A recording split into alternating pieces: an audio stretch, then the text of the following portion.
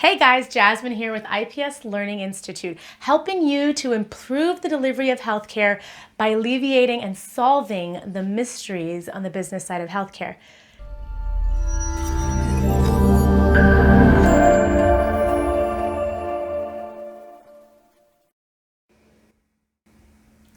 All right, so AR. What is AR? When we say AR in the medical billing world, we are referring to the accounts receivables.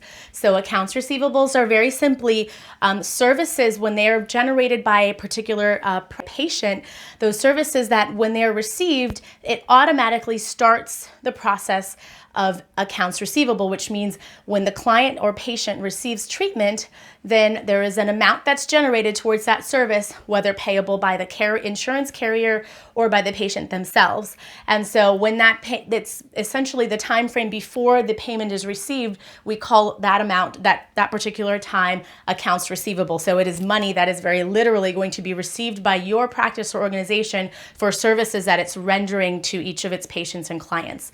So we like to use the word AR for a few different things as well. So if we look at the lens of AR, we're specifically talking about accounts receivable. Sometimes you'll hear people refer to AR and they're really referring to aged receivables. So accounts receivables are the general sense of accounts, so things that are being incurred and then being owed by the patient or insurance carrier. And then the aged receivables is the time from when the claim or the patient account starts to then age. So I'll do another video separately specifically addressing what aged receivables are, but it is basically the clock that is associated with the accounts receivables. If you found this video helpful, give it a thumbs up. And if you're new here, welcome.